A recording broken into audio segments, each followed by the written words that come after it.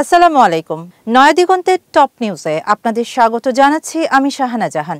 আজকে টপ নিউজের শিরোনাম, নকশায় ত্রুটি না অবহেলা, আবারও বিয়ারিং প্যাডের ভয়াবহতা। সোমবার দুপুর রাজধানীর ফার্মগেটের ব্যস্ত সড়ক হঠাৎ কেঁপে ওঠে বিকট শব্দে। মেট্রো রেলের 433 নম্বর পিলারের উপর থেকে নিচে পড়ে যায় প্রায় 100 কেজি ওজনের একটি বিয়ারিং প্যাড। সে সময় ওই পিলারের সামনে দিয়ে হেঁটে যাচ্ছিলেন 35 বছর বয়সী আবুল কালাম। বিয়ারিং প্যাডটি তার মাথায় আছড়ে পড়ে। মুহূর্তেই মৃত্যুর কোলে ঢলে পড়েন আবুল কালাম। ভিজে যায় ফুটপাত। আতঙ্কে চারদিক ছুটোছুটি করে সাধারণ মানুষ। এমন মর্মান্তিক দুর্ঘটনার পর বন্ধ হয়ে যায় মেট্রো রেল চলাচল। দীর্ঘ কয়েক ঘণ্টা স্থবির হয়ে পড়ে রাজধানীর জনজীবন। বিয়ারিং প্যাড খুলে যাওয়ার ঘটনা প্রথম নয়। গত বছর 18 সেপ্টেম্বর একই স্থানে আরেকটি বিয়ারিং প্যাড খুলে পড়েছিল, যার কারণে 11 ঘণ্টা বন্ধ ছিল ট্রেন চলাচল। প্রশ্ন উঠছে, একই জায়গায় 2 বছরে দুবার এমন বিপর্যয় কেন?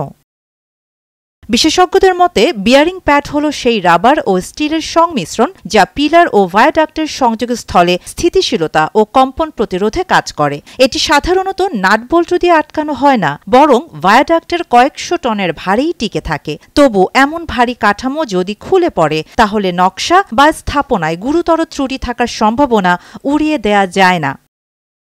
বুয়েট ও এমআইএসটি এর প্রকৌশলী বিশেষজ্ঞদের অন্তর্ভুক্ত করে গঠন করা হয়েছে 5 সদস্যের তদন্ত কমিটি। তাদের হাতে সময় 2 সপ্তাহ। তদন্ত কমিটি আগের বছরের একই ধরনের দুর্ঘটনার প্রতিবেদনও পুনর্মূল্যায়ন করবে। সরকারি প্রতিনিধি ফাউজুল কবির খান জানান, নিহত আবুল কালামের পরিবারকে 5 লাখ টাকা ক্ষতিপূরণ দেয়া হবে এবং পরিবারের কোনো কর্মক্ষম সদস্য থাকলে তাকে মেট্রো রেলের চাকরির সুযোগ দেয়া হবে। তবে ক্ষতিপূরণ দিলেই কি নিরাপত্তার দায় শেষ?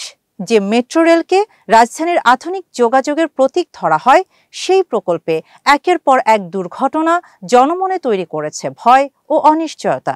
বুয়েটের অধ্যাপক শামসুল হকের মতে, এটা নকশাগত ভুল বা নির্মাণ ত্রুটি না হলে এত ভারী কাঠামো এভাবে পড়ে যাওয়া সম্ভব নয়। বিশেষজ্ঞরা বলছেন, মেট্রো রেলের মতো আন্তর্জাতিক মানের প্রকল্পে নিরাপত্তা ব্যবস্থায় এমন ঘাটতি কেবল অবহেলারই প্রমাণ। তারা সতর্ক করেছেন, এই ঘটনার পূর্ণ তদন্ত না হলে ভবিষ্যতেও আরও বড় বিপর্যয় ঘটতে পারে। 2022 সালের ডিসেম্বরে বাংলাদেশে মেট্রো রেলের যাত্রা শুরু হয়েছিল উত্তরা থেকে আগারগাঁও পর্যন্ত। এখন সেই মেট্রো রেলই আজ প্রশ্নের মুখে। মানুষের সময় তো বেঁচে যাচ্ছে, কিন্তু জীবনের নিরাপত্তা কোথায়? শাহানা জাহান, নয়াদিগন্ত।